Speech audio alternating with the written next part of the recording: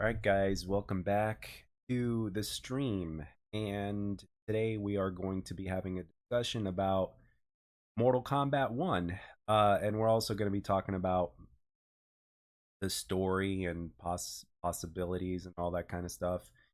Because I think it's very interesting now that Ed Boon has confirmed that the game itself is not going to be a direct continuation from Kombat 11.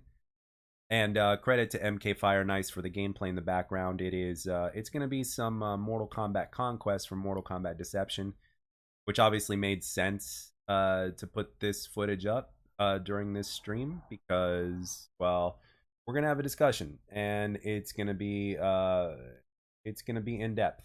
So, and it is story, and there's a lot of speculation going on that we may very well get a what's it called? We may well get a new conquest mode. But at the same time, there's also the possibility that the story itself may be conquest mode. Make it more immersive, and they're going to have like all the characters and all that kind of stuff. So that in and of itself makes it very interesting. So I truly believe that with all of the different characters that they're going to have in the game, and not just with all the different characters that they're going to have in the game, but how those characters are going to develop in ways that we haven't seen them before, is great. I honestly think, to be honest with you, I actually think that what they're going to do is they're going to do, like, I think every character is going to have a they're not all 100% going to be the same. I think some of the characters are going to be pretty close to what they were before, while other characters are going to be a lot different. And it really just depends on the characters themselves. And looking at it from the hands of the developers and from the point of view from the developers, it's like, why do this type of change if you're not going to change anything, right? So in my humble opinion, I actually believe 100% that there's going to be a lot of change with every single character that's going to be on the roster. And I think it's going to be a significant. Now, I'm not necessarily suggesting that every guy that was a good guy is going to be a bad guy or vice versa.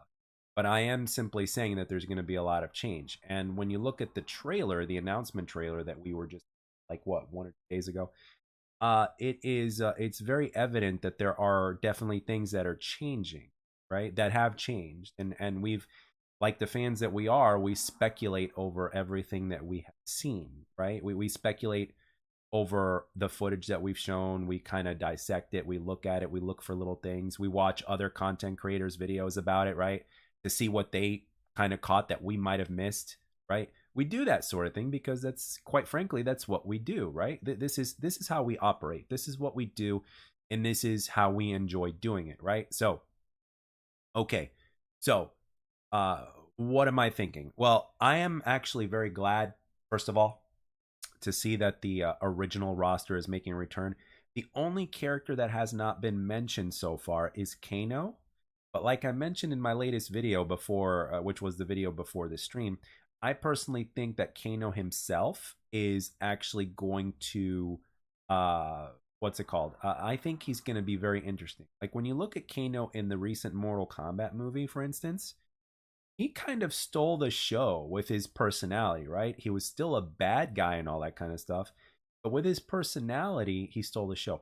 Now, I'm not saying that Kano is going to be necessarily a cut and paste of the movie, but if they did go in that direction, that's fine. But there's so many different things that uh that they could do with the character, right? He could still have that personality about him. You can give him some spice. You can change things about Kano. Like for me personally, with a character like Kano, and I'm going to start with Kano, right? Because he's the one who hasn't been mentioned yet, who's in the original roster.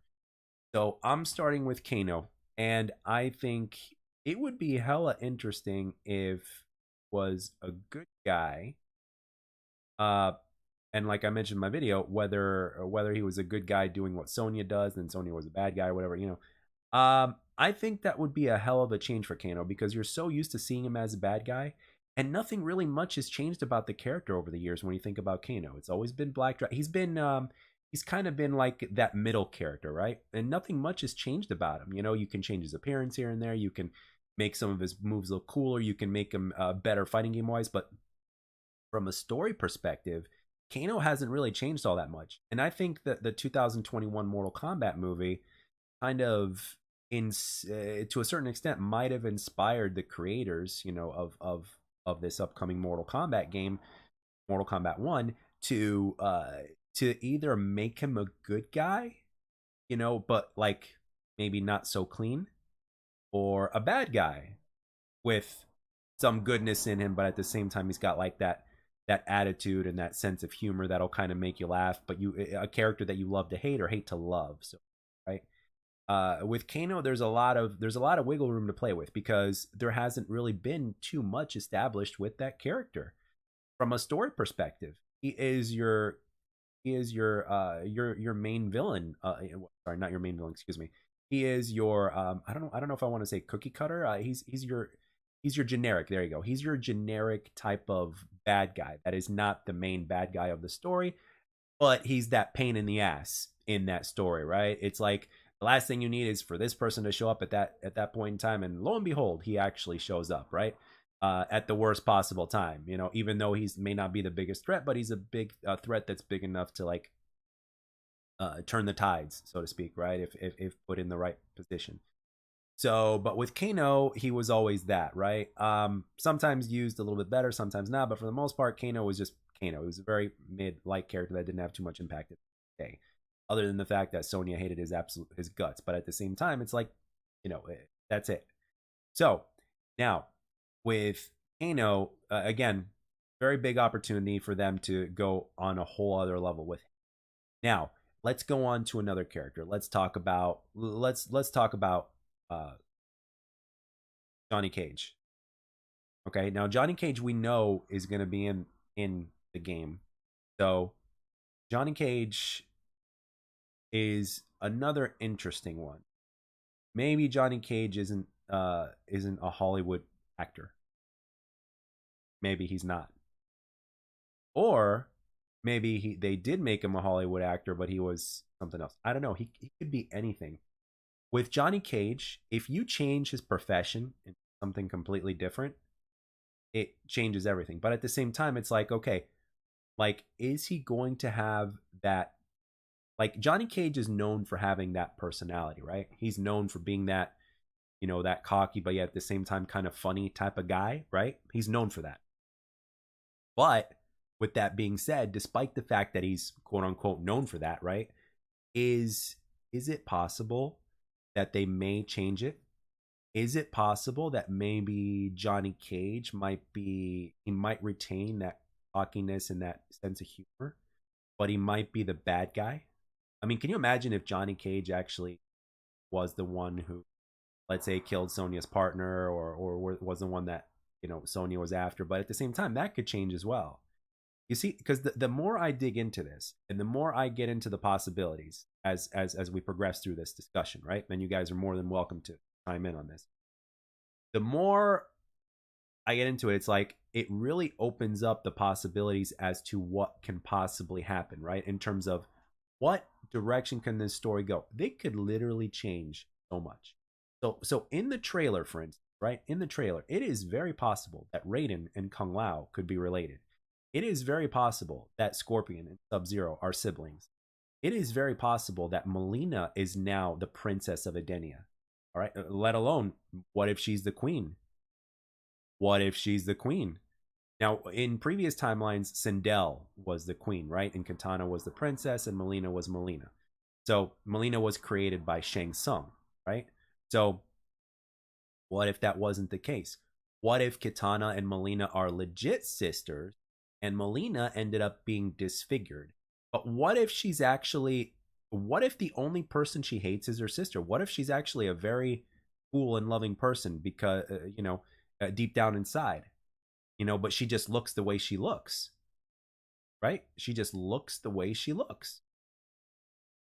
So it's like when you see somebody that looks the way they look, sometimes, if they're disfigured or something like that, it's like a lot of people sometimes might discard them or something like that. And it would be really interesting story arc to where if she is the queen or the princess of Edenia, to where she actually has to hide her appearance, right? When she puts on that mask, she has to hide that appearance so that way nobody else would know that the queen looks like that, because they would be frightened of her, or they might be this or that. You know what I mean?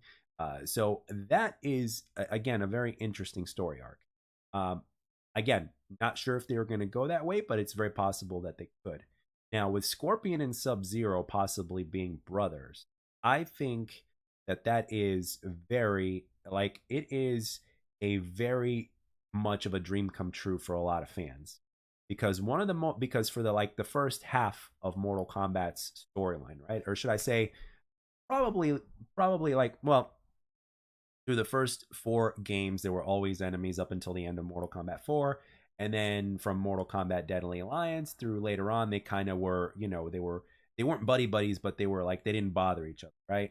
And then towards the end, when you saw them in Mortal Kombat X and Mortal Kombat 11, they were more or less, friends, right? They made peace with each other. They're pretty much friends, right? Almost like brothers to a extent, right? So the fact that these guys start off as brothers is awesome. What if, and by the way, what if like I personally love to see, we've seen too much of Scorpion and Sub Zero being uh what's it called, enemies for so many games. I wouldn't want the relationship to sour. I don't want them to start out as brothers or inseparable friends to all of a sudden being enemies. You know what I mean? Because in the original timeline, they were enemies and then they became friends. I don't want them to just do kind of a reverse. It would make sense for them to do that, but at the same time, we've already been to that before. So I think it would be more interesting for them to explore uh, the in-depth of friendship between Scorpion and Sub-Zero, because ultimately it would make it for a very interesting story arc. Because let's say one of them befriends somebody who would normally be an enemy, but these two are brothers, so they shouldn't fight each other. They shouldn't try to kill each other because they're brothers, for instance, right? But one of them kind of befriended somebody who is an enemy, or thought to have been an enemy, right? These are again some of the stuff that makes the best Hollywood movies, right? It makes the best Hollywood movies. It makes some of the best story arcs.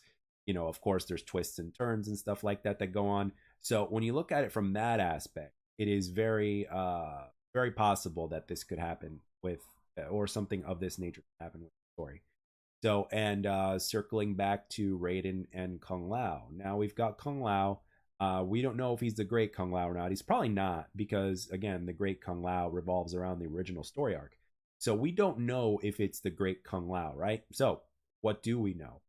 We know that Raiden and Kung Lao are likely living in the same village, right? So it is very, very possible that these two could also be related, honestly, in some way, shape, or form. Now, they may not be. They may just be friends or whatnot. However, one thing that I do recognize, right? Obviously, Raiden, if you look at the trailer, Raiden has his amulet. Now, the question is it the same amulet from what we've seen previously? We don't know. We don't know because we don't know enough about the story or whatnot, right? So there's the amulet there that he's kind of carrying if you look closely. Now, there's also the fact that he may have his powers or he may not have his powers. We don't know yet. So that is actually going to be, because let's say Liu Kang he might even be kind of like an elder god in this timeline, and then or he just might be a god at all. You just don't know. But as of right now, it's very interesting to see what the backstory between this Raiden is, because in the previous in the original Mortal Kombat timeline, we never got a backstory about Raiden, at least as far as I know. We really don't. He's the protector of Earthrealm, and that's what we know about him. And he's seen all the Mortal Kombat tournaments around them, and he's there to kind of enforce the rules, check the rules. He's weakened if he gets into Outworld and stuff like that, but this is obviously not the case with this Raiden, right? It's not, because he's completely human, and at the same time, we don't know what his abilities are completely, right? We don't have an entire idea of what he is capable of or what he's not capable of. So at the end of the day, for the first time ever, we have a chance to see a Raiden that we've never seen before, because ultimately Raiden was pretty much more or less doing the same thing from the very beginning up until now, right? We're not going to count the original Mortal Kombat 1's story and trade and stuff like that because, well, at first it was like, well, he was kind of bored and he participated in the tournament as human, but he won easily or whatnot or some shit like that. Um, and then he's like, he wasn't satisfied, so he's like, he got all the gods, and then, they caused the world to end because it was just a never ending battle or something. I don't know. But anyway, that was obviously that wasn't the real ending, but at the same time, that might have been the start of everything. But ultimately, Raiden ended up becoming the protector of Earthrealm. So basically, which started, I believe, at Mortal Kombat. Mortal Kombat 2, Raiden was glad that they changed that with his story arc because the first Mortal in the original Mortal Kombat, the story was more or less not to be taken as gospel because things would change. Like Johnny Cage was kept the same. Scorpion and Sub Zero were a little bit different. Let's see, Liu Kang's story arc was actually kept the same, and I'm glad because his story arc was the one that actually was the one that made it through up until the next game and the game after that. So okay, so these are the characters so far that we know of. Now, with Johnny Cage, what can be different with Johnny Cage? We've already mentioned that. He could be a bad guy. He could be a criminal. He might be, you don't know what Johnny Cage is going to be like, really. I mean, he's going to have a Jean-Claude Van Damme skin, but that doesn't necessarily mean that it's going to be exactly the same Johnny Cage that we knew and know and loved. You just never know what that Johnny Cage is going to be like or what the difference is. So, or at the same time, maybe just it's just that fans expect the same from Johnny Cage, and there's nothing really wrong with the character. So you could just kind of keep him the way he is. Johnny Cage is never really boring. But as a matter of fact, actually, I personally thought when Johnny Cage got the more interesting was in the Mortal Kombat X timeline, like from Mortal Kombat X, Mortal Kombat 11, to where he actually matured. You actually saw some character growth and some character development within the character in the way that you've never seen him before. And I think a lot of that was also because of family, but ultimately at the end of the day, Johnny Cage kind of grew up. He kind of matured, and it was kind of good to see that transition, right?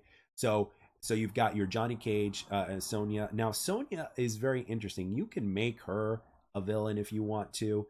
She doesn't have to be military. She could just be a cop, or she could be something completely different. Sonya Blade could be a very different character from what we've known before. Again, I know that I am basically taking some of these characters in terms of speculation.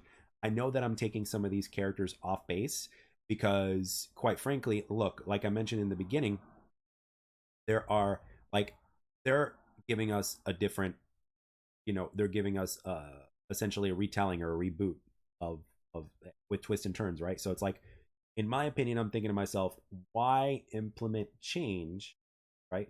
Why implement change when there's no when you're keeping things the same, right? And why change one or two little things? Why do that? That would be minimally impactful. I think a lot of things are going to change. I think a lot of characters are going to change. And if anything, it's already been evident that there's been a lot of change. Look at Raiden. He's human. Look at Kung Lao. He doesn't have the razor around his hat, for instance, right? Liu Kang obviously is now a god. Melina and Katana, so far, everything seems the same, but there's a possibility that she might be the princess now, right? Or that she might actually be a good guy. You never know. Scorpion and Sub Zero, again, these guys are like brothers now. Okay, fighting for the same team, fighting for the same cause, and actually being literally like brothers. So there's already change. Again, some of these changes are subtle and some of these changes are great. And I think that this kind of formula is going to continue throughout the other characters of the film. Now, another thing that some people might be wondering is, or might be speculating about, is who are we going to see? Like, who's going to be the antagonist, so to speak, right? We know that Shang Tsung is a bad guy, right? We see in the trailer that he basically, he takes somebody's soul, right? If he was a good guy, he wouldn't have done that. Okay, it's as simple as that. So, anyway, now what are we going to do about the main antagonist, right? We know that Shang Tsung is an antagonist, right? But we don't know, who the main antagonist is. So who could it be? Well, now there's three possibilities. Now I'm going to take a swig of my water, so please give me a second. And I don't have my webcam on because, again, I'm a little under the weather and I'm just all over. I'm sure you can understand that. So cheers to your health. Give me a minute or a second, actually.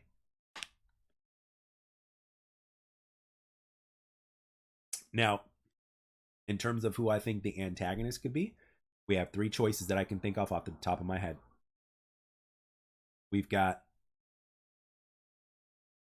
Shao Kahn, right? We've got one that I think is the most likely, and that's Onaga. And then we also have another one that's actually very likely, and that is somebody else. And what I mean by somebody else is somebody new that we haven't seen, right? It is very possible that NetherRealm Studios could have created somebody complete, right? It is very much possible. And the question I also have is, do the Elder Gods play a role in this, right? Do those guys play a role in it? Is it different? Is there going to be a tournament? That's another possibility, right? Is there going to be a tournament? And if there is going to be a tournament, is it going to be the same as the first time? Probably not. Are the rules going to be the same as the first time? Probably not. There might not even be a tournament anymore. I remember in an IGN interview with Ed Boon, you know, it's like they just really just don't do tournaments anymore. You know, it's just kind of got old after a while. They did so for the first 10 years. So it's like, why bring a tournament back? We already did it for, like, I don't know, let's say for 5 years or so, for the first 4 or 5 years, or first 4 or 5 Mortal Kombats, out of all the ones we've had. I mean, we've already had that tournament, right? We've had tournaments, at least for, as far as the storyline goes, we've already had, through half of the stories told, we've had tournaments, right? So now it's like, well, why go through another tournament? Or they can create a big change within the tournament that would actually make it like completely different and significant, right? So it would be a question that I would ask Ed Boon, but at the same time, we are going to, in due time, we're going to be exposed to quite a lot. So this is what also makes the speculation very interesting. So now, you know, because we've seen Liu Kang literally defending, you know, and that's another thing. Like in the trailer, he basically kills Shang Tsung, right, in the trailer. So, which doesn't necessarily mean that that's how Shang Tsung is going to meet his demise, but as far as the story goes. But with that being said, like, Liu Kang is kind of, well, he's doing his duty to protect the realm, of course. But if there is a tournament, he's kind of interfering in a sense, right? So, which in beforehand, you know, Raiden couldn't interfere, right? Or if Raiden went to Outworld, he would lose his powers. So would the same happen to Liu Kang? Is that something that would happen? I don't know. Again, so many questions, so many speculations, but there are a whole bunch of other things to go into as well. So let's talk about possibly some other characters that we may see. I personally think that a lot of the characters that we may see are going to be from the Mortal Kombat 1 and Mortal Kombat 2 timeline.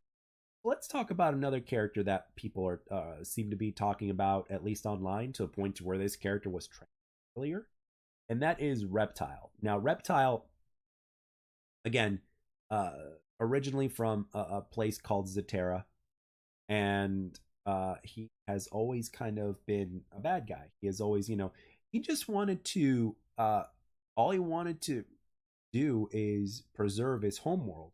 Really, Reptile is a villain, but with good intentions, right? He doesn't. I mean, he's still a villain. Don't get me wrong. He's still very much a villain, but you know, he's doing terrible things in order to achieve his goal, right? But his goal, though, is to preserve his people, you know, from Zatera, that are all very similar, like him, right? From where they're from, he wants his home world to be restored, or because what happened was his world was invaded by Shao Kahn, and Shao Kahn like pretty much destroyed everybody, you know, except a few, or should I say just him. So Reptile, in the back of his mind, he's always, even though he's been doing his duties for the Emperor, he was also that one guy that like wanted to have everything restored. He wanted to have, you know, his people to prosper and just to live in peace, right, in his own realm. So when you look at it that way, it's like there is a slight possibility that we can get Reptile to maintain that badass that he is, right? Because as a character, depending on how you implement him and how you present him and everything, Reptile is actually a badass character when you get it down right. I mean, let's look at Reptile from the most basic form, right? He's the green ninja, right? Reptile is the green ninja. So let's think about that for a second. He's the green ninja, so it's like, okay, he's one of the OGs. He's one of the badasses. So it's like we need to make sure that he's well taken care of, right? So to make Reptile a good guy, you know, uh, and have him fight for the other side, I think would be very interesting. But the question is, how do you do that, right? Because his intentions, in the first timeline were good, but at the same time, because this is a new timeline, his intentions this time could be totally different. Maybe his realm doesn't get destroyed, and he has to pick a side in terms of who he fights for, right?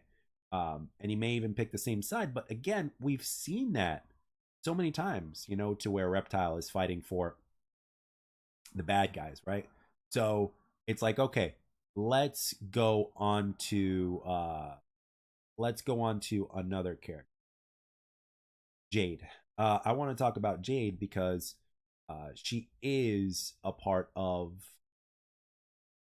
the Edenian family, right? So, because the thing is, we've already been shown Edenia, right? So, when there's Edenia, there's Anna, there's Lena, there's Jade, and there's Sindel, right? So, which I also believe is going to be a character in this. So, at the same time, what is Sindel going to be like? What is she going to? Is she going to be, good? Is she going to be bad? Is she, because we've seen different iterations of Sindel. So it's going to be interesting. And again, with Katana, Melina, Sindel, again, you can change things to where Sindel may not even be the queen. You see what I mean? So doing that, I think, is extremely interesting. Because the characters themselves have been very how do I put this? Have been very much under the same type of category for quite a while. So when you change their background, right, or you give them a few twists in here and there and stuff like that, now all of a sudden that character becomes very interesting, right? The character becomes interesting, and therefore it will, as far as the audience goes, as far as us, the audience goes, we're going to be very it gives us a chance to kind of see what happens with this character and what the evolution is. So ultimately, what this is if you think about it, what the creators are doing is, yes, they're creating a new timeline and twists and turns and stuff like that mentioned, but they're kind of shaking things up a little. And I think this is one of the more better ways to shake things up. Now, before moving on to additional characters, I want to talk about conquest, or the story mode itself, not necessarily the story itself, but the story mode itself. Now, in the most recent crypt in Mortal Kombat 11, and in the footage that you're seeing back here in Mortal Kombat Deception's conquest mode, I think there's a possibility that we get a combination of two. And you guys know how NetherRealm Studios is always bringing things to people that they ask for. Whether it's characters that they've been wanting on a roster for a while, or a feature that had been missing. In Mortal Kombat Armageddon, which was the game to come out after this one that you're seeing on your screen, had to create a fighter mode. Right? So it's like, okay, what if you get to create your own fighter or your own character for conquest mode? Or should I even say for story mode, right? Hello, what's going on, my friend? So what if you were able to take that and you were able to put that into the game, right? To where you are a character in the story, right? Kind of like almost kind of like in Halo 3 ODST, where you were, you were a different character, right? You weren't one of the main Spartans or what, right? You were a rookie or what. I don't remember, or maybe you were. I just don't remember at this point. Thinking out of, never mind. I'm confused. But you guys get what I'm saying. Like, you actually get to be a person or a character that's in the story mode, right? And you get to interact immersively with all these characters in the story mode, right? And if it's not like that in the story mode, then you can do that in conquest mode, right? And at the same time, it's like, okay, what kind of gameplay elements can somebody uh implement into the story or conquest mode, right? Okay, we've seen what they did with conquest in Mortal Kombat Deception. We saw that, right? Okay, cool. Now that we saw that in Mortal Kombat Deception, it's like, okay, how we're going to repeat some of that, right? I think it's ultimately interesting that, you know, um you had your trials to where you were playing uh to where you were learning how to do combos with the fighters and stuff like that. Okay, cool. They can keep that. They can, and there would be NPCs, right? All sorts of different characters throughout the Mortal Kombat generations would be found in conquest mode, right? So if the main roster didn't have a character that you liked, chances are in conquest mode you would find that character, even though it was brief. But this time, it doesn't necessarily have to be brief. Every single character in the Mortal Kombat roster that's ever existed could literally be in conquest mode, or the more significant ones can be in conquest mode, and you could do side quests, right? Side quests, whether it's to find a certain fighter and to beat them, or whether it's to do a certain task, like a challenge or something like that, or to find something that's hidden within the world, right? As well as the other things that are in this conquest mode, like finding coins or finding hidden artifacts and stuff like that. And then, of course, you can also add in things that would make your character better. And then, as we know, there's already a currency, right? There's a currency system in this new Mortal Kombat game, so we know that that currency system is going to be used for something. And I simply don't think it's just going to be used for costumes or something like that, or for, you know, some sort of market that they might. And in the previous game, they I don't think they had a market. Everything was pretty much obtainable through, I think, if I'm not mistaken.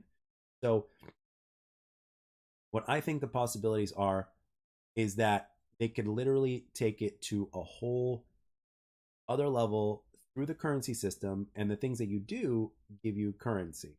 That makes sense, right?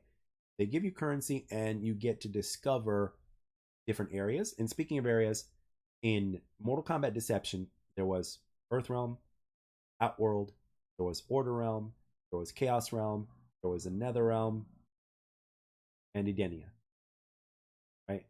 6 realms, okay, that we got to explore, right?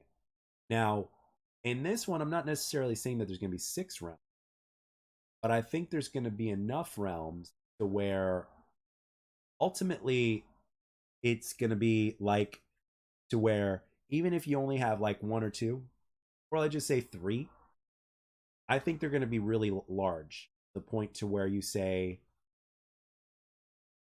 like, wow, like you get to like explore and do things to a whole other level. And again, uh the realms in Mortal Kombat Deception would be small in comparison to like these realms that this one.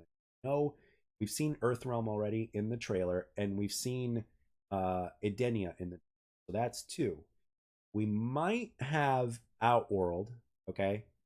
Specifically if Onaga or Shao Kahn are going to be a villain, right? And eventually, you know, Shang Tsung came from somewhere, right? So where does the outside of that portal lead to, right? So um I think that is something that is going to be very very interesting. So when you're looking at the conquest mode and or what the story mode could be, is going to be very very interesting, especially if you get returning characters that have not been seen for a while, right? And who are some of the most requested characters at this point, according to the community? The community wants to see Onaga, aka the Dragon King, Community wants to see Havoc from Deception. Community wants to see Ashra from Deception. So, and that's just a few. There's more. Okay, there's not. It's not just these characters, right? There's more characters where those came from. But that's just to name a few. So ultimately, when you think about what the possibilities are for not only which characters you'll see or which characters will come back or maybe how they'll play, um, that's again very very interesting to say the least. So let us talk about more characters. Um, is it possible that Baraka could be in? And I'm looking at the Mortal Kombat 2 roster, original Mortal Kombat 2 roster. Can Baraka be in there? Yes. And the reason I say this is because who knows? Maybe Molina's significant other, right? That could be a thing where they actually have a relationship, which could make them more significant in the story, specifically Baraka, because Baraka is another character similar to Kano, where he's kind of a mid-tier character, so to speak. Some people like him more than others, but I think if you look at Kano or Baraka, I don't know if the community likes Baraka more or Kano more, but I probably would lean towards the side of Baraka. I think the people like Baraka more than Kano. But anyway, going back to Baraka, there's a possibility that he may be in there. Does he need to be in there?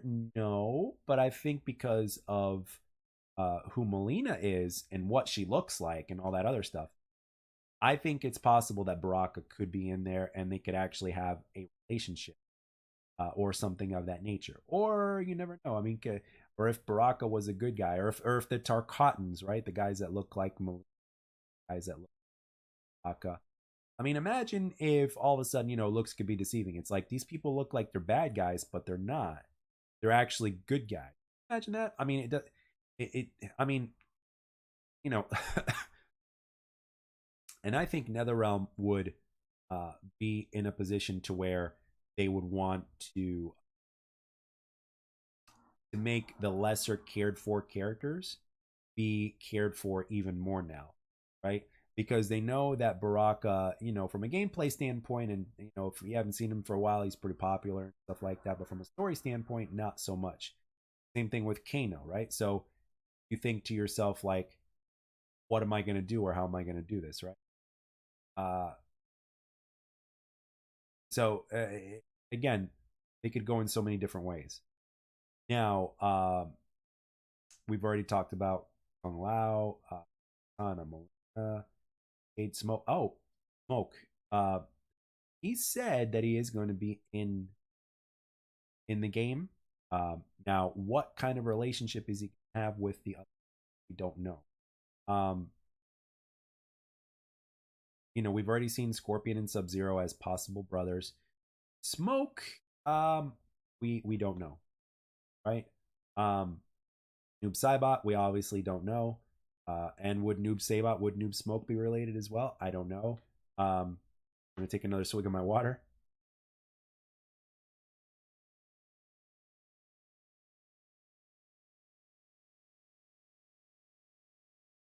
I don't know.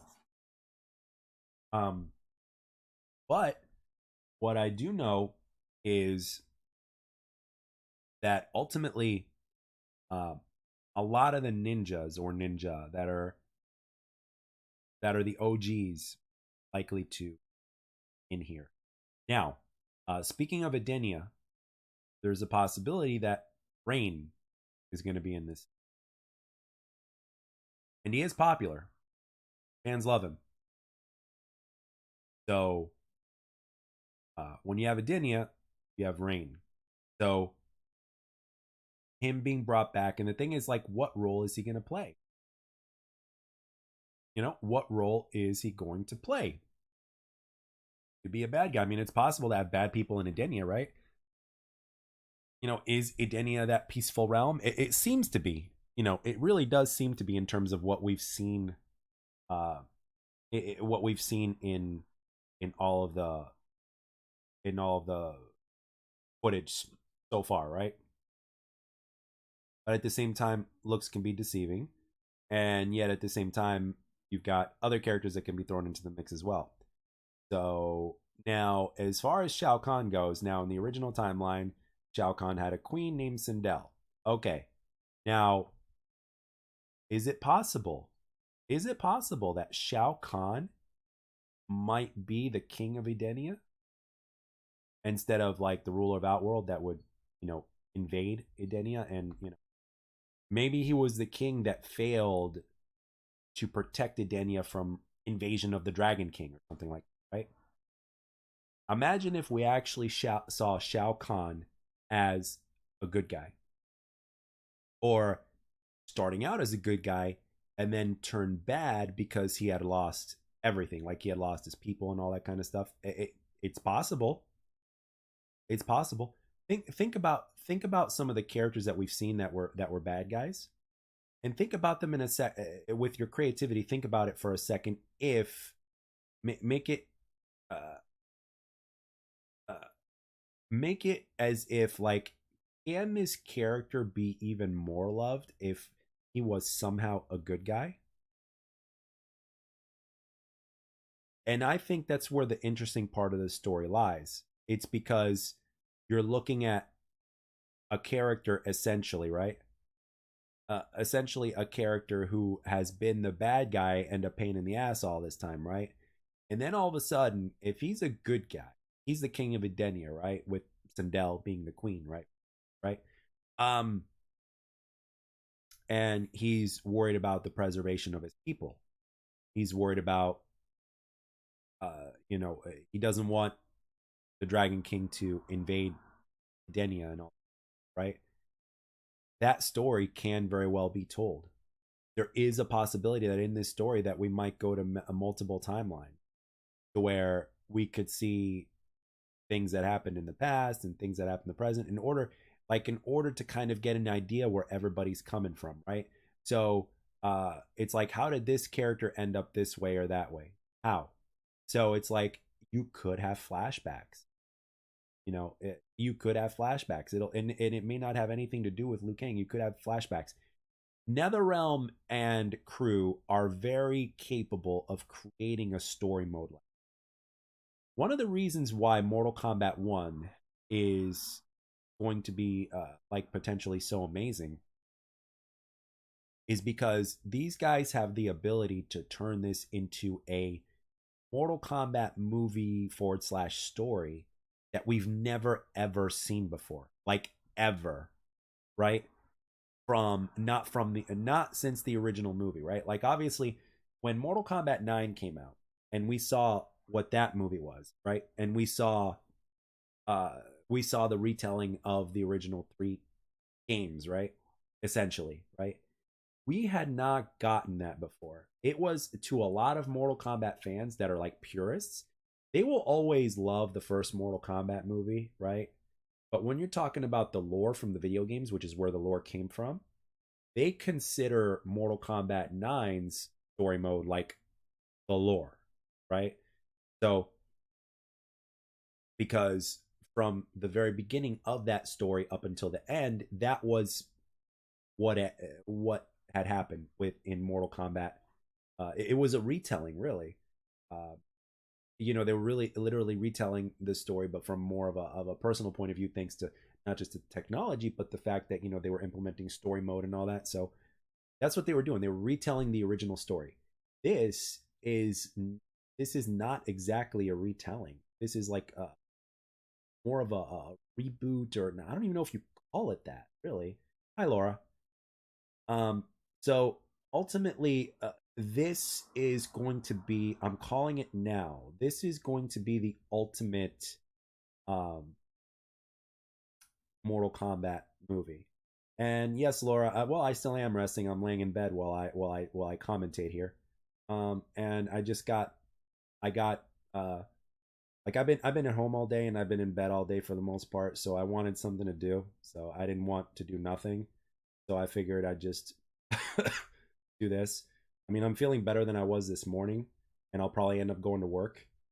But with that being said, I just I wanted to do something, and I've got a good 6 hours before I have to go into work, and then later on after that I've got another, because I'm also covering, so I just lo and behold I ended up getting sick when I'm supposed to cover. Go figure. But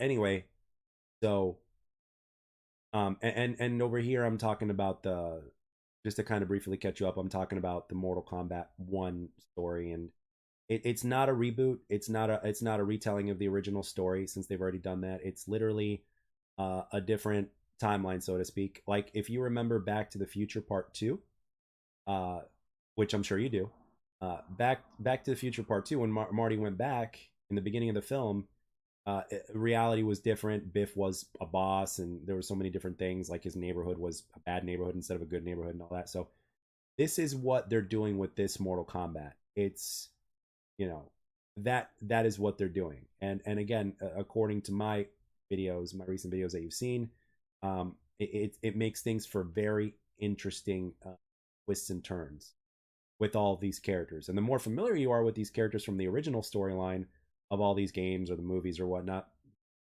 I think the more effective this particular story is going to be, because you're going to see things in ways that you've never seen them before. Like, maybe some good guys will be bad guys. Maybe some bad guys will be good guys. Maybe some good guys that used to do this are not that in this or in this game.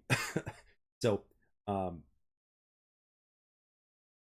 yes, it is very. The theory itself is indeed very interesting because, like, Scorpion and Sub Zero were enemies for the longest time, and then they were kind of in the middle, and then after that they became friends, and then it's like, now they're brothers. So it's like, okay, I could go with that, and I think they're twins too. Like just by looking at the trailer footage, they look like twins, very much so. So maybe there is no Lin Kuei with Sub Zero. I don't know, or maybe there only is Lin Kuei. I don't know. It's very interesting in terms of what direction things will go in. And if you look at Scorpion's eyes, he doesn't have that. He's basically like, again, different. But I think he's still gonna have power of fire and that we'll see. But maybe their origins are also different. Maybe Scorpion and Sub Zero's origins are not the same anymore. If they're brothers, then that means their origins have changed. So, what are they? Like, where are they from? How did they come to be? So, I think the story is going to do a really good job of iterating that. So, and I think in the story they might even do it in two. Like they'll do like a chapter 1, Scorpion and Zero, chapter 2, Kitana, chapter 3, Raiden, Lao, chapter 4, let's say Shao Kahn and Sindel, chapter 5, Sonya and Kano or whatever. Uh, Very interesting. And again, what if Kano's not a bad guy in this one? What if Jax is a bad guy? What if Sonya is a bad guy? What if they're not military? What if they're cops? Or what if they're not either? So that is what I personally find interesting about this entire endeavor is like, and at the same time, I got to give the creators credit because, like, how are they, like, how in the world do they manage to put all this stuff together? Right? I'm sure there were multiple discussions about, the storyboard. I'm pretty sure the guys that write the story and everything for all these games, in this one specifically, it's got to be challenging as hell. It's got to be extremely challenging in terms of what direction guys are going. Seriously, because uh, it's like, well, first of all, if they're going to change something, they have to change a lot. In my mentioned earlier before you came, it's like they have to change. Like, why do a different timeline if you're only going to change a little bit, right? So everything has to be changed, right? Good guys can still be good guys, bad guys could still be bad guys, or you can have a mixture of both, or you can have turns here and there where some people go bad from good or good to bad, but everything is going to be changed. I mean, Scorpion and Sub Zero being brothers, for instance, means that their origin story is different now. If Melina is the princess of Edenia now instead of Kitana, that changes things. You know what I'm saying? If Shao Kahn is the king of Edenia, with Sindel being the queen of Edenia, That definitely changes things. So it's like, what what is it now? It's like, what it's like, how does that work? It's like, will we actually end up loving Shao Kahn now as a good guy? How do we see him as a good guy? So it's like, how do they make him look? How do they change him if that's the case? Or maybe, well, Rain was the prince of Adenia. So it's like, is he still the prince or is he not? So um we'll see what they do with that. And then of course you got the red ninja, the original red Ermac. So I'm thinking, like, what is Ermac gonna be like? We're familiar with his powers and stuff like that. Obviously, Shang Tsung can still take souls. I think Scorpion's still gonna have his firepower and his spear, obviously, and then Sub Zero his free power, which again, same thing. So I think a lot of the characters that had their previous powers are gonna have the same powers. Melina still has her size. Katana still has her fans. So I think the powers are not going to change. You know, I think people's powers and abilities are still going to be relatively the same. So even Raiden, it was kind of hinted at, even though you don't see it. Even though he's human, it was kind of hinted at because in the background you saw a little bit of thunder and lightning go off when Kung Lao looked at Raiden. Maybe that could be a possibility. You really don't know. It's a possibility. And there's another possibility that a few fans have been talking about, and that is the possibility that Liu Kang might be a bad guy. Like, can you imagine that? Like, Liu Kang has always been a bad guy, but yet he did turn into a revenant previously, kind of like a zombie or whatnot for a little while. But ultimately, Liu Kang was always like the ultimate good guy. So it's like, what if the good guy, got the powers of a god, and then all of a sudden, what if he became bad? I don't think that that's going to happen, but it's a possibility, but I don't think so. It's a possibility that he may just be different than Raiden, right? He may just be different in terms of attitude, and he is different than Raiden, because Raiden does a few things, Liu Kang does a few things. So, and NetherRealm really isn't shy about making good guys bad or bad guys good or something like that. Specifically, good guys bad, um, but I personally think that what would happen is that we are going to get uh, some interesting surprises in this game. And if you're looking at the footage here in the background, I know that I've got my custom background, and depending on what you're looking in the background here, we have conquest mode, and I think there's a chance that conquest mode is going to be huge in this new one, and there's no way that they wouldn't implement it in there. I think it's part of the reason why it took another extra 2 years to create. And I'm not a developer. I don't know too much. I know very basic about development, but I think there's going to be so much content in this. I'm actually debating on getting the $110 version. Like, I'm I might not just get the standard version. I might spend $110 and get the collectors or whatever it's called. Um, I'm not going to buy the $250 version, but I might get the 110 version because it gives you access to the game like 5 days early, right? Why play the game on a Tuesday when you can play the game on a Sunday or excuse me, on a Friday, right? So, um, and now one of the big things as I look at the footage here of Mortal Kombat Deception that's playing in the background, one of the things that I find interesting is that Mortal Kombat always manages to kind of give a nod to the past, right? In some way, shape, or form. So I'm always thinking what kind of costumes are we gonna have, right? Because they could put in an insane amount of content, right? Over the years of Mortal Kombat, there's been a multitude of costumes that every character has, right? So it's like, imagine having to build enough currency or try to within the world look for uh you know hidden things. And imagine with every single character, if you had every single um costume from every single character. Like, if you look at this in the background right here, Laura, where Sub-Zero is fighting himself right here. This is like what people call the quote unquote shredder costume, right? Because of his helmet and because of his shoulder pads, or what, shoulder blade. Because it reminds you of Shredder. But it actually has nothing to do with Shredder though, because I think that's what the Japanese wore back in the day, back in those days with those helmets, depending, I think, if I'm not mistaken. So, and again, the costumes in Mortal Kombat have become incredible. And what if you can actually mix and match? What if you can actually mix and match your costumes? Obviously, you got the classic costumes of the ninjas, right? That everybody loves. But at the same time, what if you can actually mix and match pieces of these costumes and put together your ultimate mix, right? Or you can kind of color them a little bit differently or something like that. Now, we obviously know that Scorpion is always going to be yellow and Sub-Zero is always going to be blue. But at the same time, it's like, well, what if you actually just made the yellow a little bit more subtle and kind of put in different colors for Scorpion that you would never see? Because look, if you're a Mortal Kombat fan, you're gonna know who Scorpion really is, regardless of what the color is. Obviously Ermac is always gonna have his red color, Katana is always gonna be blue, Molina is always gonna be pink, you know. But at the same time, kind of doing a mix and match, I personally think would be interesting.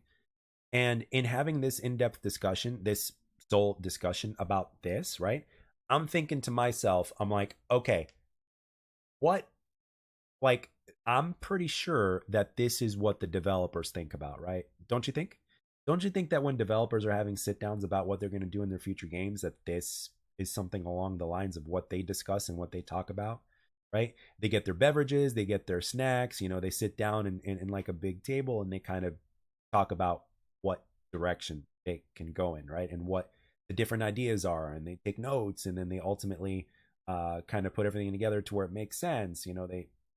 I mean, you get the point. So, um, I think it's going to be very, very interesting in terms of in terms of what's coming next. Now, I like the fact that a lot of the basic looks of costumes are back with a lot of the characters. Because you don't really want to over design anybody. Uh, but at the same time, it's like you can still give them different helmets, you can still give them different footwear, like you can do 3 or 4 different customization options and stuff like that. And so many ways to unlock them as well. So uh I don't know. I think that's kind of interesting. But the one thing that I'm wondering about is what is Scorpion's and Sub-Zero's origin story now? What is Sub-Zero Lin Kuei? Is Scorpion Shirai Ryu? I doubt it. I don't think so. It actually appears that they're from the same organization, right? I mean, it's like, is it like completely different now? So I don't know. Is it a mixture of the two? Is it the Lin Ryu or the Shirai Lin or Shirai Kuei? Or I don't know. But uh, at this point, Mortal Kombat for me has always had one of the more interesting stories of fighting games, which is partially what made it what it was in the first place, right? So now, where in the hell is this story going to go? We know what it is, where it is, but where in the hell is it going to go? That is my question. I don't know. I don't know. But I do know that all the weapons and stuff like that for all the characters that we know are going to be intact. We know that their powers are going to be intact. But where did they come from? What kind of alliances are we going to see and all that shit? That is what has me personally interested. Like, as a person who like is not, like if you're just a general fan who likes to watch, like I gotta ask, what would catch your eye? Like, what interests you when it comes to games like this? Like that's the big question. Is like as as a spectator, as somebody who just watches and just knows about the story, is just and is only just fascinated with the story. The question is, what what would you like to see? Like what gets you to be immersed in a story, right? So, uh, costumes, right? So you gotta look at the costume. So, of course, the costumes, aka looks, right? The drama, yeah, I think there's going to be a lot of it I think there's going to be a lot of it. Because my theory before you got in here, Laura, get this. One of my theories is, what if Melina, right? I obviously said, what if Melina is the queen of not queen, excuse me, the princess instead of Katana, right? Which may not happen, but regardless of whether she's a queen or not, what if she's actually a good guy that's actually kind of hated and detested because of how she looks? Think about that. Because Melina is the one with the, the big teeth and everything like that. What if she's actually good this time, but is hated? And what if Kitana, is, beautiful and all that kind of shit? What if Kitana is just a bitch? Like, what if she's bad? Think about that for a second. You know, um, kind of interesting. I don't know if they would go that far or if they would go that deep, but think about that for a second. Like, looks could be deceiving, right? Think about some of the most interesting villains in Mortal Kombat history and think about it. Could it work if this villain what is there actually made good, or are their looks just too evil looking, to the point to where it just won't work simply because of the way they look? You know what I mean? So I don't know. With some villains, it could be done because Shao Kahn kind of looks human, right? He looks like he's human. So with Shao Kahn, it could be done. But with characters like Melina or Baraka, to where like their entire face looks, can literally eat you and stuff like that, is uh, a little bit harder.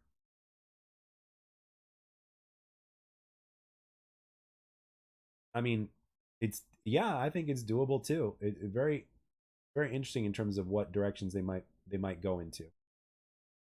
I personally think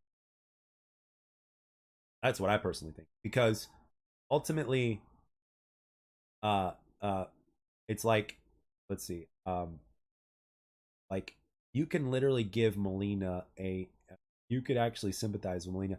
People loved Melina in the first, timeline because she was just bad and evil. So it's like with Melina, it would make sense to change things, right? Because I mean, I know she's always been bad and evil, but now it's like, what if you actually made this character good? What if you made this character good somehow, some way? Or what if you kind of made them sympathetic, or what if you made them kind of like a loner? Because she was always usually just bad. So it's like, what if you actually just made her a loner? Or what if you can give her a story to where there's a way to where she could be, um, where she could be fixed, right? Because in the original storyline, in the original timeline, she was created by Shang Tsung to be a clone of Kitana, but things kind of went horribly wrong, and that's why she looked disfigured. But if you have the mask on, she looks a lot like Kitana, except with a few differences here. So I'm thinking, like, what if she's actually good and she just wants to try to find a way to get rid of, in order to like fix, what Shang Tsung had done or something. I don't know. Um, that's what I'm thinking. I personally think that they could go in that direction, and I think that they could succeed if they go in that direction. Honestly, because Kitana and Molina are have always been what they were, but it's like changing that up in a certain way. Pretty interesting, if you ask me. Uh Now, uh we have are you familiar with all the characters or most of the characters in Mortal Kombat? I'm actually curious about. Like, are you pretty familiar?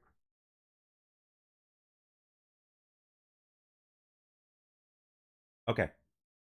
Is there any particular character that is kind of like a meh character? Like, and what I mean is like a character that they could do without. Like a character that, either felt out of place or didn't need to be there, or one that you didn't care for that much. What's up, Tactical Latina? What's going on? So, um, are you excited about Mortal Kombat as well? I hope so because we've been talking about it for a while now, and we're going to keep talking about it. And as more people come in the chat, I want to know their different points of view and what they would like to see and speculation of what where the story is going or where it might go or where it might end. Um,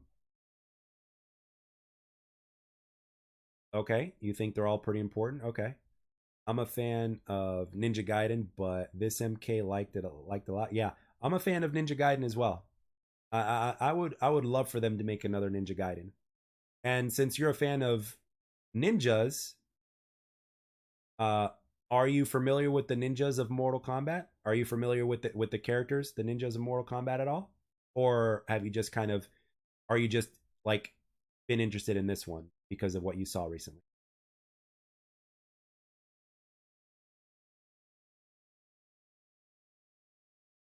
So, um, and please, if you could do me a favor, hit the like button because I want more people to come in here so we could talk about it. So, okay, cool, cool, cool. Got ourselves another content creator. I like that. But what I'm thinking is, uh, I do tournaments for our tactical community. Cool. That's awesome. Hope it's working out well for you guys.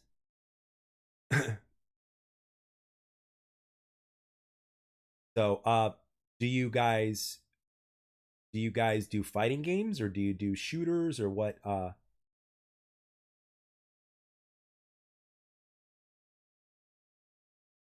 Oh, thank you. Yeah, I try to keep it clean. We try to keep things clean around here. We try not, I try not to go too dirty. Simple is good.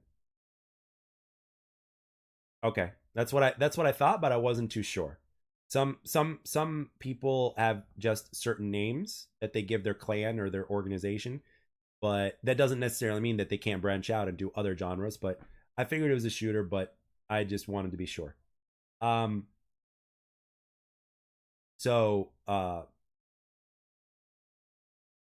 now what got you interested in this Mortal Kombat? I'm actually really curious.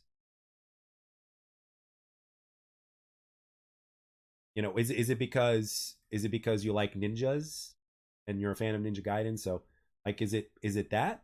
Is it the ninja factor or was it something that you saw in the trailer that you liked or was it just the hype or what? Like what got you interested in this particular game that's going to be coming out? And your answer is actually very important uh because your point of view is very important. Because if somebody's not familiar with Mortal Kombat and then they get introduced to Mortal Kombat, that is important, right? So every member of the community counts. Every member of the community is important. It's like what got you to turn your head into Mortal Kombat. So I would that's something that I would like to. So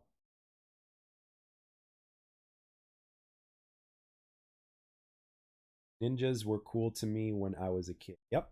Oh, yeah, yeah. Laura said that ninjas were cool to everybody. That's one of the reasons why people liked Mortal Kombat in the first place. They saw a yellow one and a blue one, so you had to have ninjas in there. So, I mean, think about it. Kano kind of looked like Terminator because of his metal face, right? Sonya was just a chick.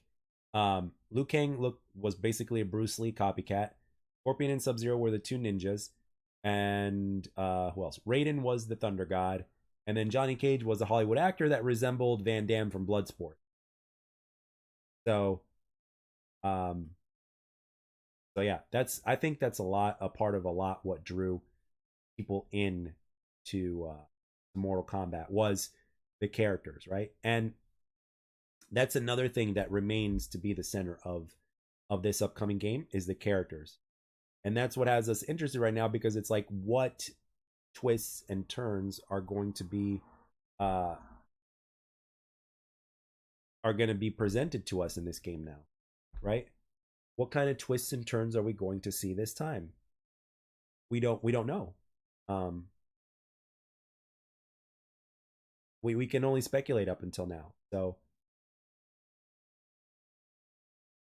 I want to look at the rest of I want to look at the rest of the roster here,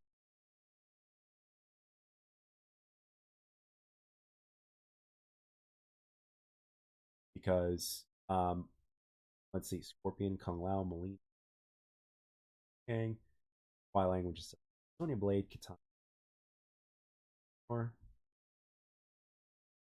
Cabal, Shao Kahn, Ano. Forgive me, Cassie Cage wasn't an M3. Shiva. Now I wonder if we're going to see Syra. I wonder if we're going to see Kentaro or Goro. Now that's a question. Do I also stream other games? Yes. Um, I've I used to be just strictly a Call of Duty channel, and now I just stream whatever I want. Sometimes I stream talking about movies, but for the most part it's games. But like sometimes I'll play, a game on Game Pass, like Maneater, which is the shark game, which is a lot of fun, and I may do that again really soon. Um, and then when Mortal Kombat comes out, do that. But it used to be just Call of Duty. I've streamed Halo as well. I used to be just about shooters, but right now it's pretty much whatever I have a feel for. It's like whatever I feel like doing. So that's what I used to stream. So I'm all over the place with that. So, but I haven't played Halo like in a long time, like in terms of like consistently. But yeah, it was mainly a shooter type of game, and then once I don't like once I don't like a game, I'm just not going to play it, and I'm going to play a different game. But at this point right now, it's just all different. So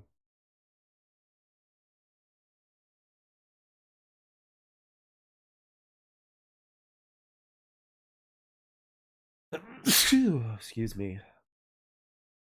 Still battling a cold. I'm getting towards the end of it, but still battling a cold. Um so yeah, with everything Mortal Kombat. Thank you.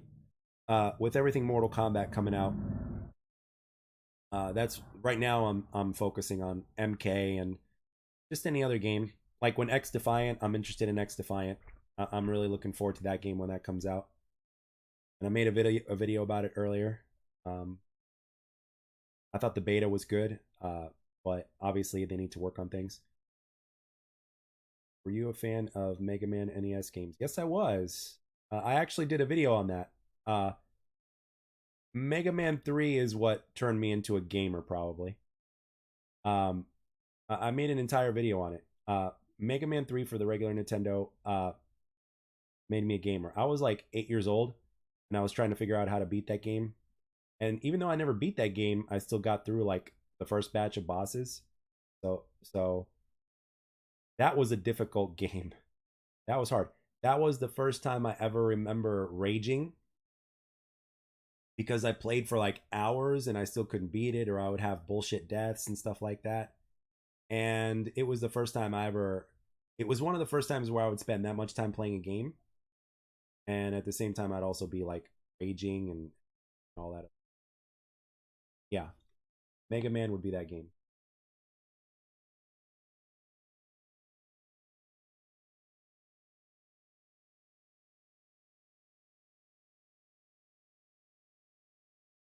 So yes, I grew up on those games. I was like 8 years old when I played Mega Man. And to this day, if I ever see anybody playing Mega Man, I have a lot of respect for them, because it is not an easy game to play. The classic Mega Mans are not easy games to play. I cannot I look at some of the speed runners that do this, and I look at them and my jaws always drop to the ground. I'm like, what the hell? And you know that these people spend a lot of time playing these games. Like when Mega Man is played, a lot of people are like they spend a lot of time playing these games. It is absolutely ridiculous. And they do it fast, they do it precisely, they do it perfectly. Holy RPGs, you know what? I never really got into RPGs, but I've always been aware of them. I played a few of them recently, but I will say this though. Tactical, I will tell you this, Mr. Latino, I will tell you this. Um if in this new Mortal Kombat, if they have a conquest mode that's like an RPG, I will be all over that. I'm telling you that right now. I will be all over that. Uh, I will be. I will play the living shit out of them. Like, and also because I'm aware of the story. I'm aware of the character. I'm familiar with the characters, the lore, the story, all that stuff, which makes a difference. You know, it's one thing when you play an RPG where you're not familiar, but then when you are familiar, it makes a huge difference when you're aware, because that's what makes an RPG an RPG. I have to clear my sinuses real quick. One moment.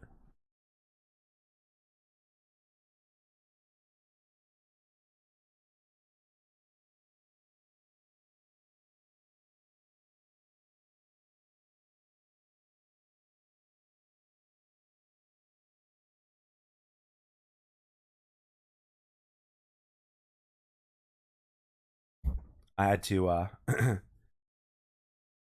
I muted my mic so that way you guys wouldn't hear the disgusting sounds. But thankfully it wasn't too much of that. But what's cool is because of me talking and in the angle that I'm lying down, it actually causes um my nose to stuffen up, but I get to clear it out. So oh good, I'm glad. I'm glad it's clear. Thank you. That's oh yep. I got this mic not too long before my friend Laura, who's in this chat. I got this mic not too long before she came into town. So yeah, audio is very important. I'm in Florida.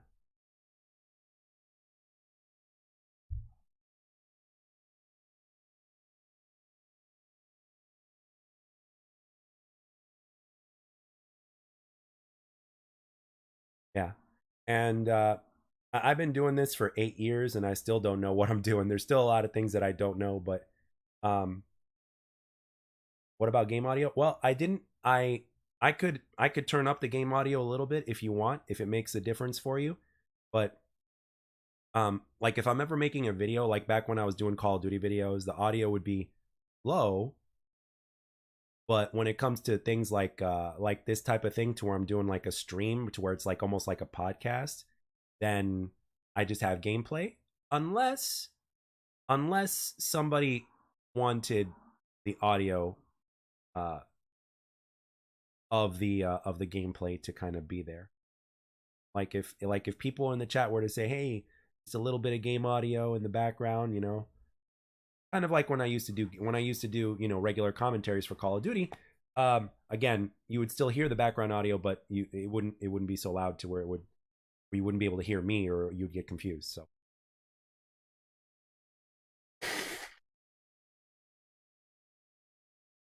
yeah, thanks to Streamlabs and then a few filters from Streamlabs, that really helps a lot with the audio. So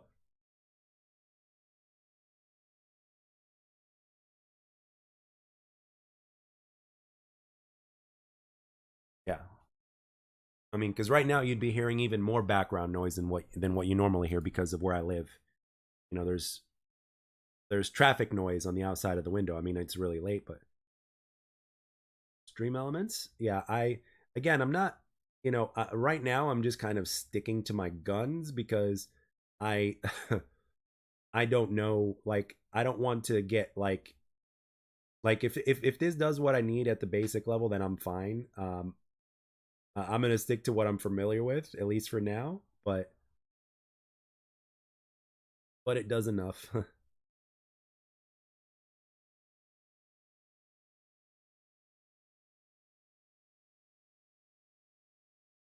You know, at the end of the day, you gotta be familiar with everything. So Yeah, a lot of people use multiples. A lot of people use multiples. A lot of people like some people use Streamlabs, some people just use OBS, Stream Elements. It really just depends.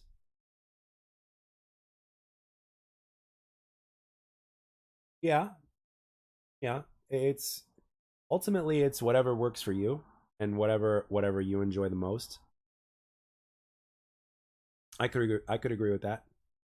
So, all right, let's get back to discussion about Mortal Kombat. So, um, I honestly think that Onaga is probably going to be the main bad guy, the main antagonist.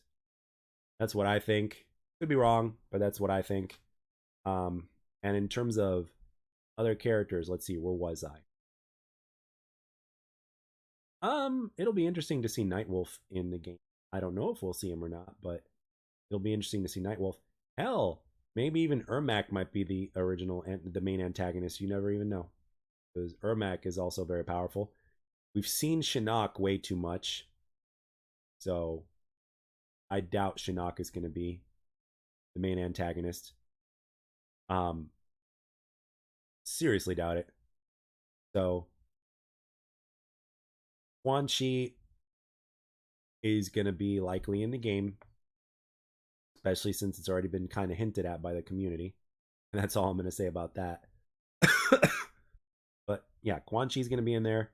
So I'm actually really interested to see what Quan Chi really looks like. Um, that's what I think.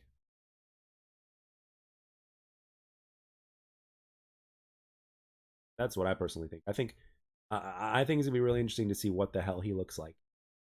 He's still gonna look. I'm sure he's still gonna look bland with his tattoos and stuff like that. But or who knows? Was he always bland? Like was Quan Chi always? I mean, the thing is, they can make it to where he's not pale, right? It's possible. It's possible. So, and in terms of game modes, I know we're gonna get a retelling of Test Your Might. That I do know. I know that Test Your Might is making a return. I'm fairly certain of it. Test Your Might will be back. Um, I don't know about chess combat or puzzle combat or motor combat. I'm not sure about that, but Test Your Might for sure. Conquest, I'm pretty much like again, I'm not going to bet on it, but I'm pretty much certain the Conquest can be a thing. The crypt. Oh, that's another thing. The crypt might be Conquest mode, so to speak, right? So, um, I think the crypt is going to be even bigger than what it was previously and more immersive.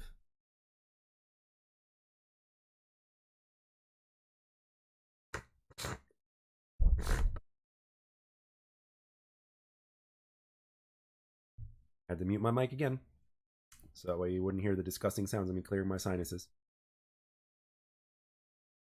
So, um, but as far as features go, it's gonna be like a tag team type of game a little bit. Like there's gonna be some tag team elements in there, and they're gonna have cameo characters. So I think some of the cameo characters are gonna be like Mortal Kombat characters that we've had before, but are not necessarily that popular. So, and of course, we're gonna have characters um, that are not in the that are DLC characters that are going to be cameo characters. So, uh, and of course, they're likely to be characters that we haven't seen before that are DLC characters, right? So, what characters from outside of a Mortal Kombat, like from another franchise outside of Mortal Kombat, what character would make a good cameo character in the film? So, or in the movie, in the game, right? So let's see. We haven't seen Michael Myers yet. A lot of people have been asking for that. A lot of people have been asking for Ash Williams as well. Um, there's talk about possible Power Ranger skin being in the game to where you could the fighters will look like Power Rangers. But I don't know if that's going to work because Power Rangers is a show for kids. And do we really want characters that's in a kids show to be like, you know, doing fatalities or getting their heads ripped off and shit like that? I don't know if they're going to go for that. Like, does that make sense? I mean, would you go for that?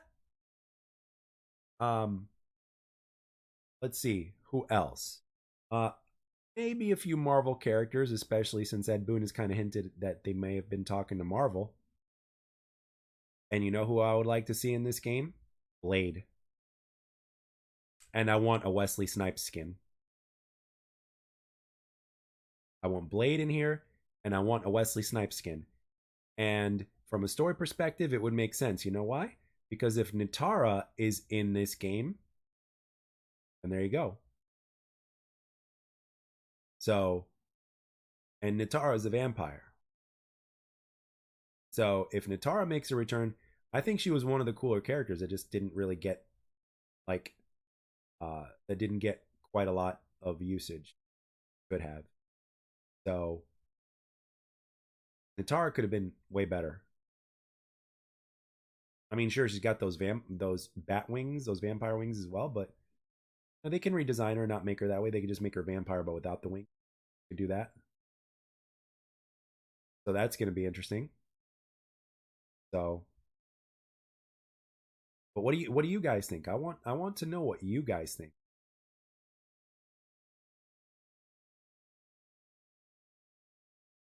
I'm legitimately curious as to what you guys think.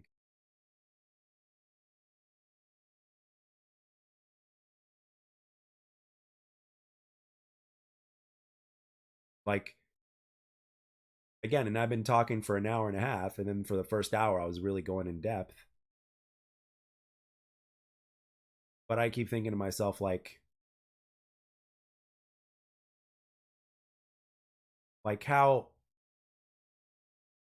how would all of this play out?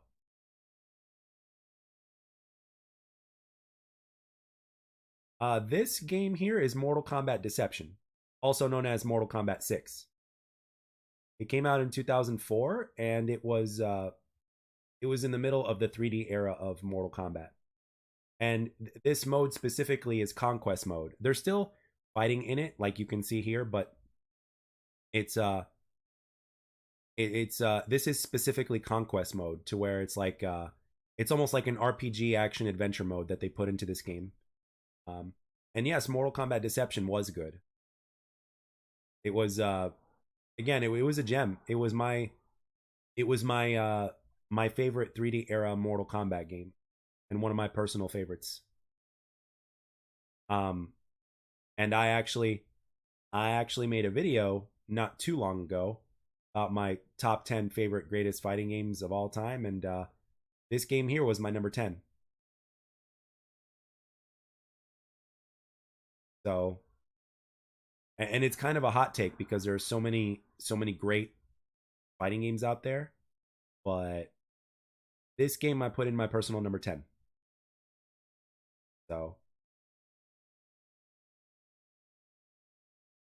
and now you got me thinking of what my top 10 games were that I made on that list. My number one was Street Fighter 2. My number two was Mortal Kombat 2. My number three was Killer Instinct, the new Killer Instinct. My number four was Street Fighter 4.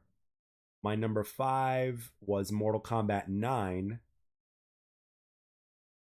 And then my number six, I'm trying to think. I'm literally trying to think. For some reason, let's see. My number six, I think, was Marvel vs. Capcom 2. My number seven was Killer Instinct of 1994, the original Killer Instinct. My number eight was Marvel vs. Capcom 1. My number nine was Virtual Fighter 2. And my number 10 was Mortal Kombat Deception.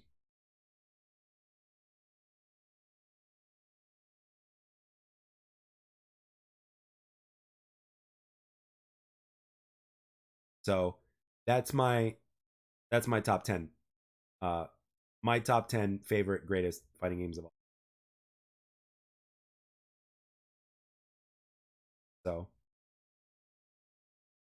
those are my personal favorites. And I grew up playing a lot of those games.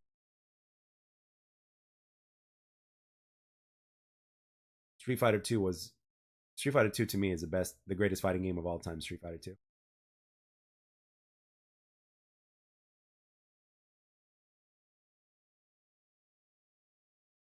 So do you play any fighting games at all? Or is this like the first one that you're thinking about picking up?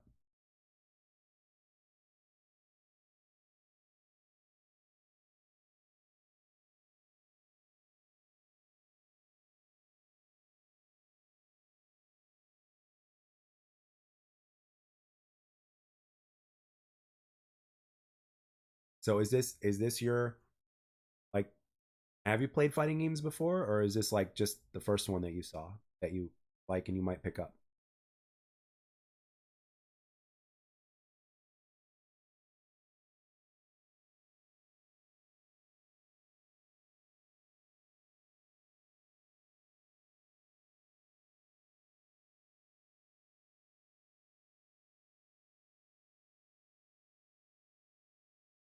Comments some of my older videos too.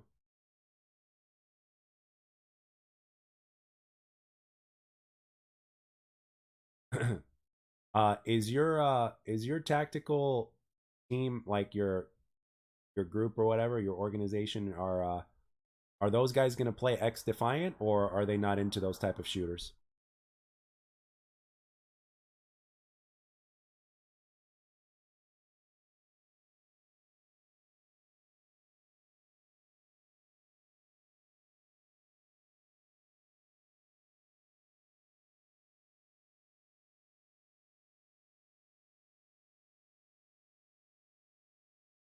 Interesting. I just realized in the conquest mode they have like a day and a time, and I wonder if they're going to bring that back.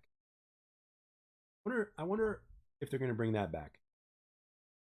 Like I think that certain characters are going to actually make their first appearance in the Mortal Kombat game as cameo characters. So I think Pennywise is going to be in it.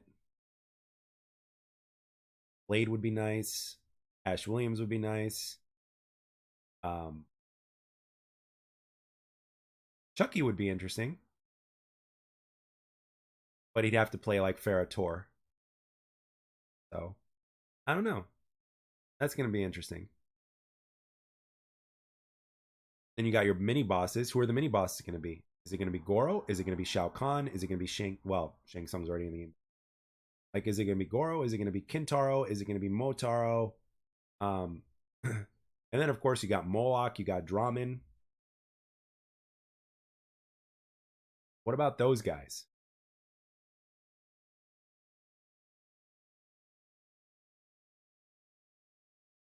That's the interesting thing. It's like which guys from all the games are going to be in there. I don't know. I don't know. I might actually have to make a video about it. I might actually have to make a video about it and talk about it because there's like so many other characters. Like, are they showing everybody?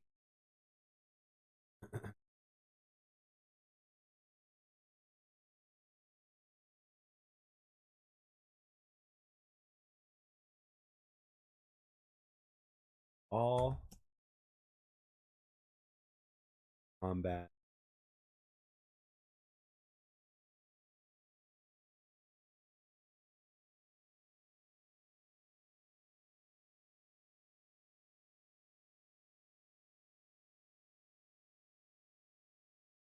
for fandom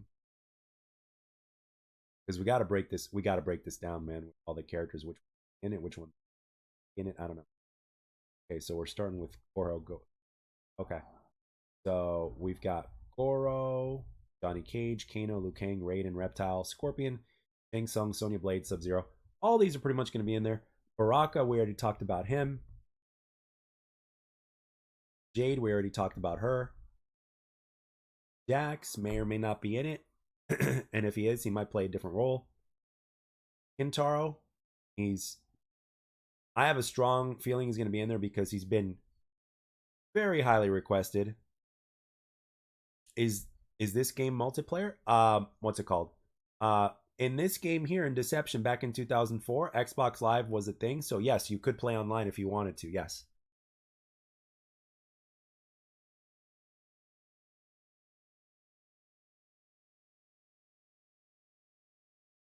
Um, and in the new game, yes, you could play online against other fighters or whatever else.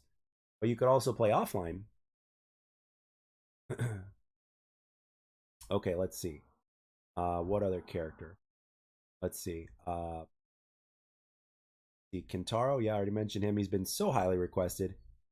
Kitana's already in there. Kung Lao's already in there. Melina's already in there. Noob Saibot, we already talked about him.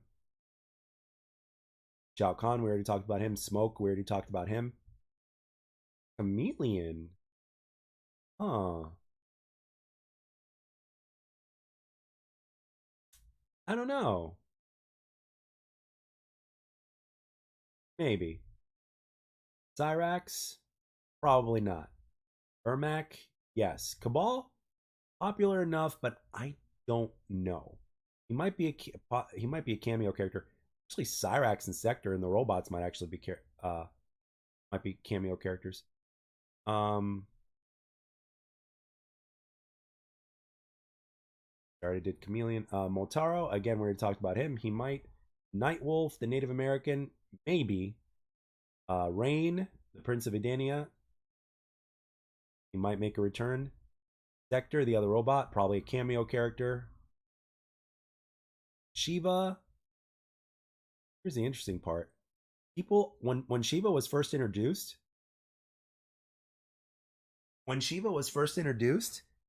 like when I was a kid, I used to think that that was like Goro's wife or Goro's girlfriend or something like that. So it's like, what if they actually made that true?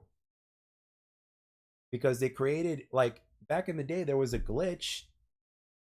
One female character was made to look red, but it was a glitch, and then they turned into her character later on after fans were calling that character Scarlet back in the day. Is Kitana or Melina in this version, bro? Yes, she is. Yes, Kitana and Melina are. Oh, in this game here that you're seeing in the background, or in the new one?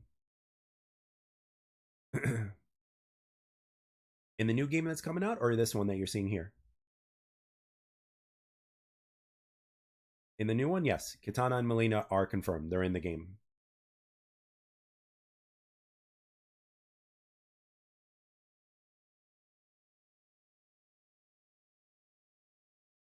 Yeah. Yep. Kitana and Melina are in there.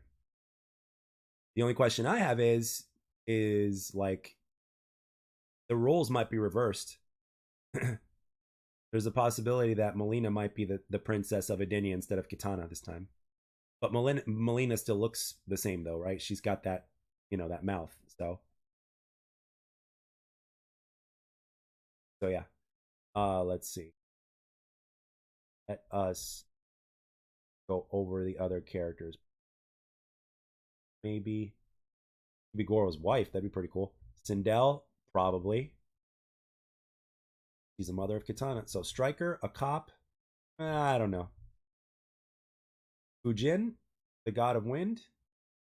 Maybe. Quan Chi, already going to be in there. We already know that. Serena, probably not. Shinnok, we've seen way too much of him. Probably not. Jarek, probably not. Kai, probably not. I don't know. I don't know. He might be a relative of Kung Lao's. You never know. Because he is a Shaolin monk. Rico? Maybe. Reiko? Maybe. I don't. We haven't seen him for a while, but oh, maybe. I mean, Rico's a general who serves Shao Kahn and Shinnok. Um, Tanya, maybe not. Tremor. Ed Boon has kind of hinted that he very good chance for him to be in there. So let's just say yes for Tremor. Blaze. Hmm. Blaze might be the main antagonist. Maybe. Are you into streaming in another platform or the same time as you? Um, I I have 400 followers on Twitch, like over 400 followers, but I haven't streamed on there in a long time.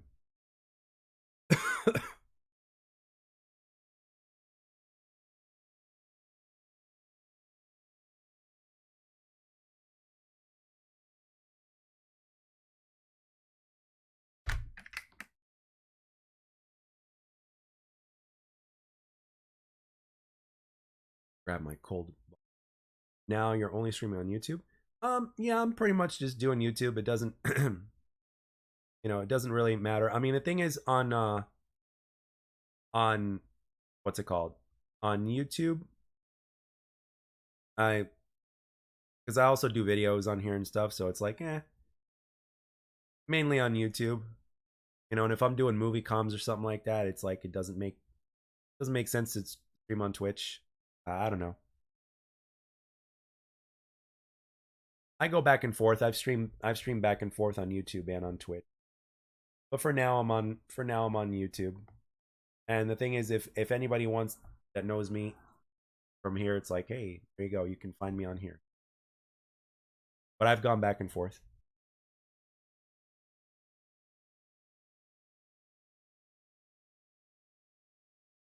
Like I built my entire pretty much the entire of my YouTube followers from Call of Duty back when I played it.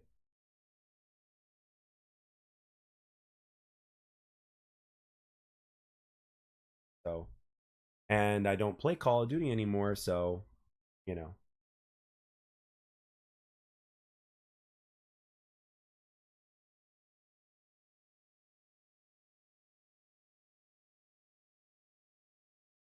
Game reminds me as the gameplay of this game. Second. Yeah, this is a 3D Mortal Kombat game. The gameplay is 3D, so um yeah, but Tekken was awesome.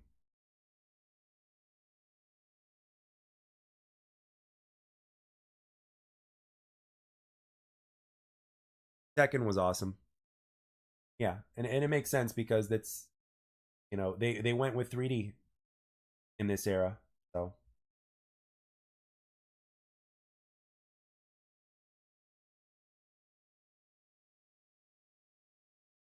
yeah, that's why it plays the way it plays.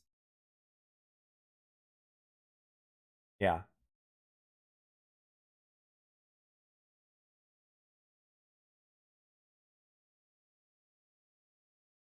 Yeah, back in the regular PlayStation days, I mean everybody was playing Tekken 3. Like a lot of people had Tekken 3. If you had a PlayStation in the late 90s, chances are you had Tekken 3.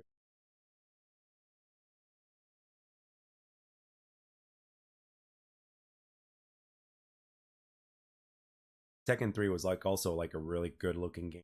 Well, like back then, like Tekken 3 was insane for the day. For back in those days, Tekken 3 was so solid. Like really solid.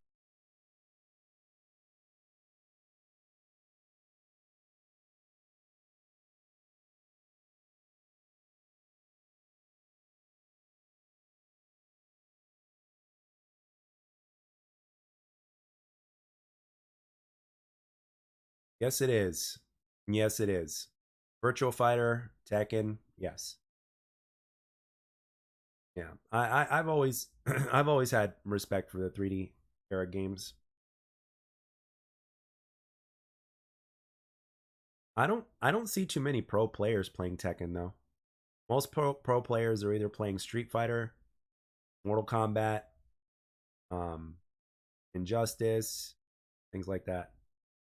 I haven't seen too many pro players playing Tekken, but I could be wrong because I don't typically follow Tekken. But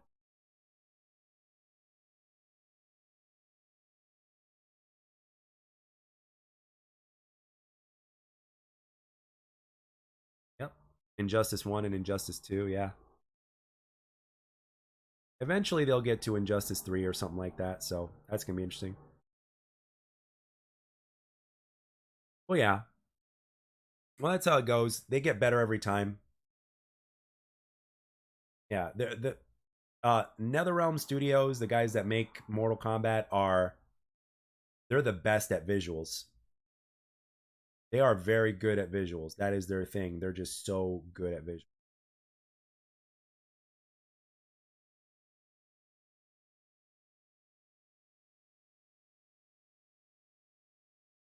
Yeah, I think I think they're using Unreal. I don't know if it's Unreal 5, but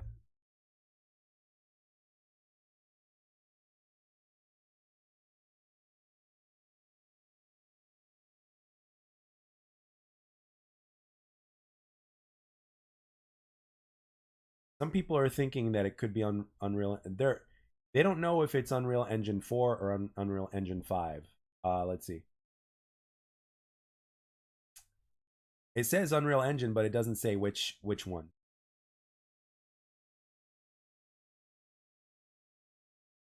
Yeah, yeah, yeah. NetherRealm always does a great job. Like this game that you're seeing here in the background came out in 2004. So whenever they're fighting, whenever their characters are fighting like this, that's how the game would look in the regular fighting. So I mean, it looks good. You know, they've always done a good job at making games look good. Mortal Kombat's been good with that. You know, starting with Mortal Kombat 2, they've been on a streak of just making games look really good. I'd probably say Mortal Kombat 1 and Mortal Kombat 4 were the only games that just didn't look too good, um but then when you went to like when you saw the other ones, all the other ones look great. So,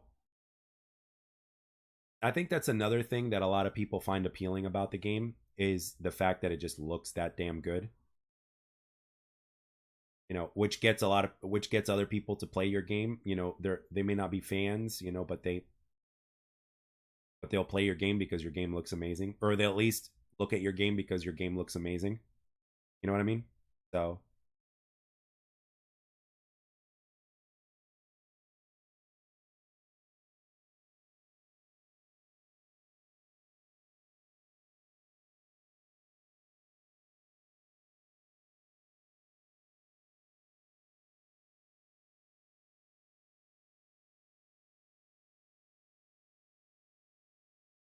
so I when a game looks good, it appeals to pretty much everybody.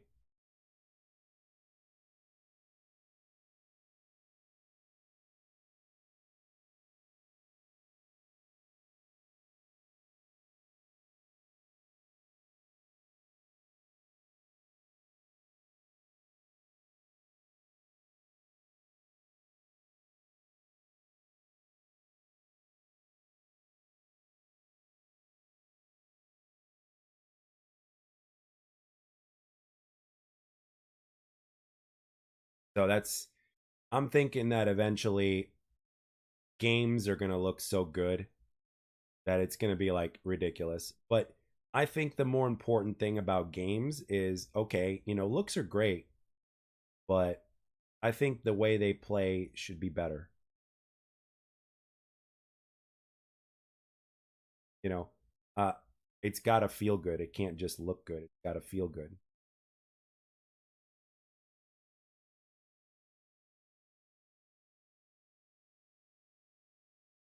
You know what I mean? Like gameplay really matters. That's what I think. So Mortal Kombat can look really good, but if it doesn't play very well, then it's going to be a problem.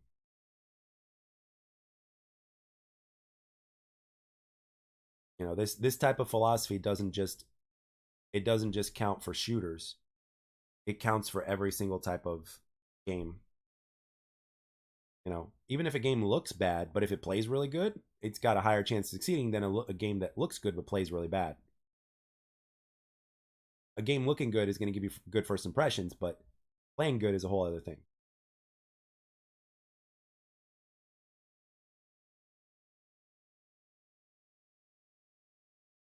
So yeah,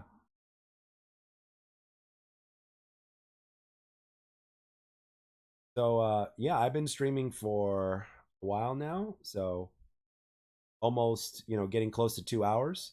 So what I'm gonna do is I'm gonna cut the stream. I don't know if I'll turn the stream back on because I'm gonna play something. I don't know. We'll see. But I also might make a video because there's some other stuff to talk about. So, but yeah, thank you for stopping by, my friend and my friends.